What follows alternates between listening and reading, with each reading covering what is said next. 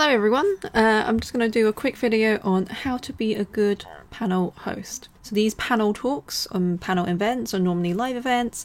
There is a group of people who are industry experts in this particular field or notable people in a particular field, and then there is someone, maybe it's you, hosting and leading this conversation. Sometimes it's for a particular festival, for a wider event, maybe it's the main event, maybe it's to promote something. But normally when it's a panel show event, it's all about the quality of the conversation, and that oftentimes comes down to the host. So I'm going to share with you some top tips on how to be a good host on these panels. So a little bit about me. I'm primarily a spoken word poet.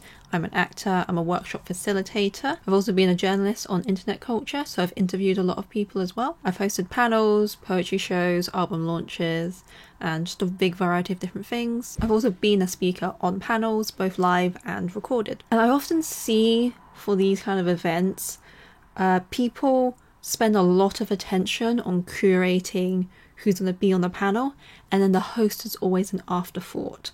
But the host is just as critical. They won't take a central role, but they're just as critical as the speakers to making the panel event a good event. Because you need to have someone who's good at leading a conversation, guiding people through a conversation, and also kind of handling all the things that can happen live. Oftentimes I'll see people choose an industry expert who maybe should be in the panel, but they'll take them and put them in the hosting position instead. And I can see why they do that, because then clearly the host will know a huge amount about this industry and be able to have conversations at quite a high level. However, unless the room is full of absolute experts in that field, there is no need to make the host an industry expert. Because if the industry expert is hosting, it puts them in a weird position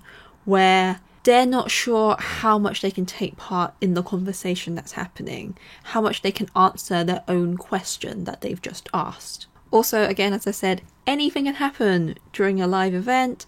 Sometimes your questions will just bring up things in your panelists or maybe in the audience, and the host needs to know how to handle it on the spot with very little thinking time. Obviously, if this is going to be a world-class conference on theoretical physics, you're not just going to find someone who's a good journalist and a good speaker to just come in and try and lead a conversation on that. In that instance, you would want a world-class expert hosting the panel, but they still need to be a good host, a good speaker, a good person at facilitating conversations. By facilitating conversations, I mean they're good at making sure everyone is speaking, everyone is heard, everyone feels comfortable, and you're taking care of the room as well. It's a lot of work, and oftentimes, particularly in, let's say, publishing, they'll just pull someone from the marketing team to host an event, and bless their hearts, they did not come into this job to do public speaking a lot of the time, so it's a stress. But if you're the marketing person in the publishing team who has to host a panel and they don't know what to do, I'm here for you. It's okay. I forgot to say, but obviously ideally the perfect host is both an industry expert and someone who's really good at hosting, really good at conversations. However, if you had to choose between the two, I would personally put the industry expert on the panel, and you will have the good host hosting. Even if the host doesn't know anything about the topic, they know how to have a conversation, they know how to get the panelists talking about that subject. Alright, so you've been summoned, you're now hosting. Oh my god, what do? I've got you. First thing you're going to do at the event, you're going to say hello to every single panelist. You're going to introduce yourself. You're going to figure out how to correctly pronounce their names. And you're going to ask what their pronouns are. And you're going to run through their intro with them. So if they've sent over a bio and you have it on hand, read it out to them. Just check it through. Is there anything that needs to be changed, updated? Is there anything incorrect? You're going to know their faces and you're going to match their names to them. You're going to find a photo of them or ask them to send a headshot or just go on their website and know their names. You can ask them to wear a name tag on stage including yourself, everyone will wear that sticky label with their names on it. It's very useful for the audience and it's very useful for the photographers because then they'll know who's who. It's really useful for you too. So if you're worried about looking at someone's face and like, oh my god, what's their name? Sticky label. You're also going to find out how to pronounce their names, and if necessary, you're going to write it on your little cue cards phonetically. So you can either look them up online and see any other previous interviews they've done and hear how they introduce themselves, or if it's like literally on the day, go up to them and ask. You can just ask. You go up to them and you say, hi, I'm just checking through with everyone. Can I make sure this is how to pronounce your name properly? Make note of it, thank them, introduce them. You do not want to be weird about their names on stage. You absolutely do not want to do that thing that teachers do in school when they're doing the register, where you start reading a name and be like, oh, I'm not even going to attempt reading this name. Ha ha ha ha, I'm so funny. I just commit microaggressions in front of everyone. Check. It's really not hard. Just do it politely. You will also check their pronouns. Don't assume. Just check it. It's not hard. If it's really last minute and you don't have the chance to check the pronouns, everyone is nowadays them. Everyone is nowadays them until otherwise clarified. So a way to find out actually on the spot is simply introduce yourself, say your pronouns, and then let them introduce it themselves. Some people may not feel comfortable, so they might just tell the name and then move on. That's a quick tip for you. The structure of your panel will be this. You introduce the event. You say thank you everyone for coming. This is the event. This is why we're here. You're going to introduce all your guests just very quickly and briefly, like a 1-2 liner for everyone. And then you're going to go into a quick fire round of questions just to warm everyone up. So often this or that questions, yes or no questions. So it's just like speed, quick round to warm everyone up and then get everyone used to being on stage and speaking. Then you're going to go into your main questions. So the main questions you've prepared, and then let them have a conversation about it. Try and make sure everyone speaks equally. You're going to take questions from the audience. Then you're going to wrap up with, where can we find you guys? What's your websites? What's your social media, etc., etc. And then you give thank yous for the panel, for the audience, for the event. Done. That's the structure of your panel. This structure will easily last you an hour, depending on how long the guests talk and how many questions you've prepared.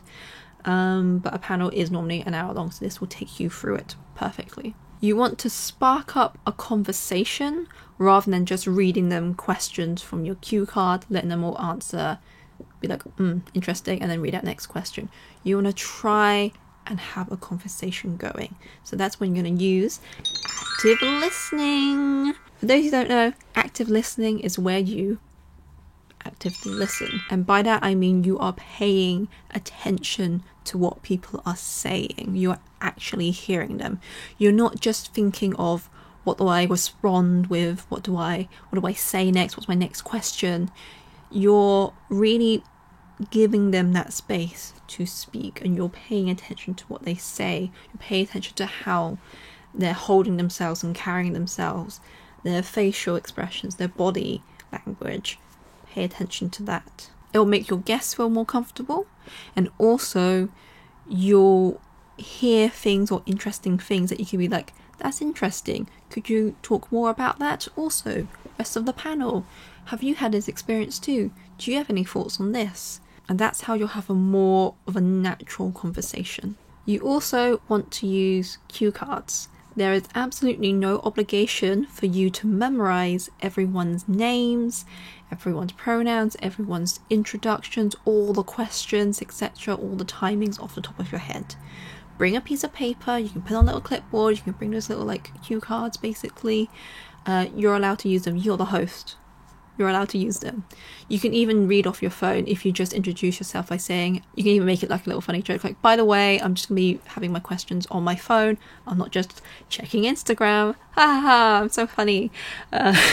Also, if you can, bring a pen, bring a pencil, because if someone is speaking and they say something interesting, you can just like make a quick note to ask them more about it when they're finished speaking, and to like bring that into conversation later on as well. If you were brought in last minute and this is not a field you're familiar with, you can ask the panelists What questions would you like to be asked? As you're introducing yourself and having a chat, is there any key topics or any key questions you would like to be asked? And I'll make sure we have space for that in our conversation.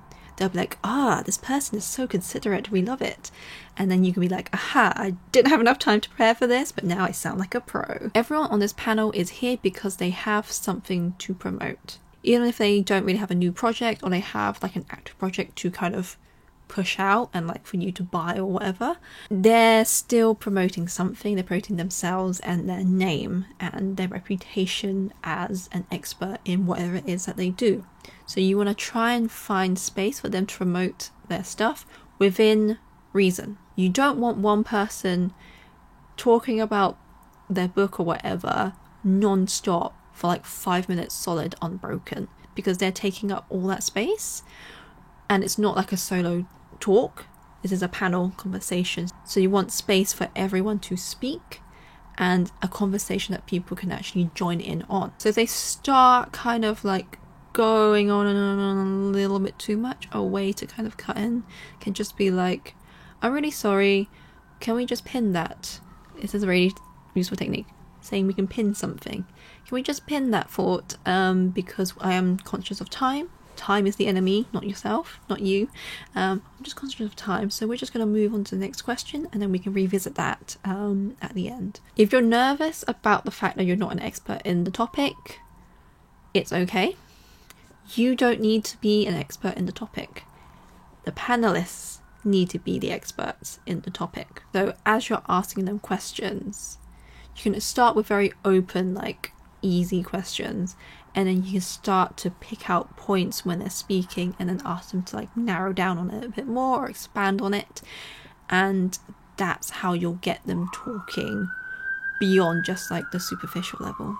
You don't have to be the expert, you don't have to teach anyone anything. Your job is to get these speakers sharing what they know and providing an interesting conversation for the audience to hear. And this leads me to my final point. As a host, you need to leave your ego and yourself at the door. This panel is not about you, even though you are the host. You are in service to the panel, you are in service to the audience. The audience are here because they want to hear an interesting conversation. The panelists are here because they have interesting things to say. Your role is to connect the two. You want to get the panelists saying their interesting things to the audience. So as a host, it is not your role to like prove how smart you are or how knowledgeable you are or how much research you did into this topic. Your role is to get these panelists having a good conversation so that the audiences can hear that interesting conversation and everyone can leave happy. So those are my quick tips. Good luck to you if you are hosting. If you need a good host, hello, I am available. Please contact me. My fields are normally like internet culture, books, and the creative industry. If you do want to get in touch. Thank you very much for watching. I hope that was useful to you. If you are hosting any panels, please let me know how it went. I'm wishing you all the best of luck. Thank you all very much for watching, and I'll see you soon. Bye!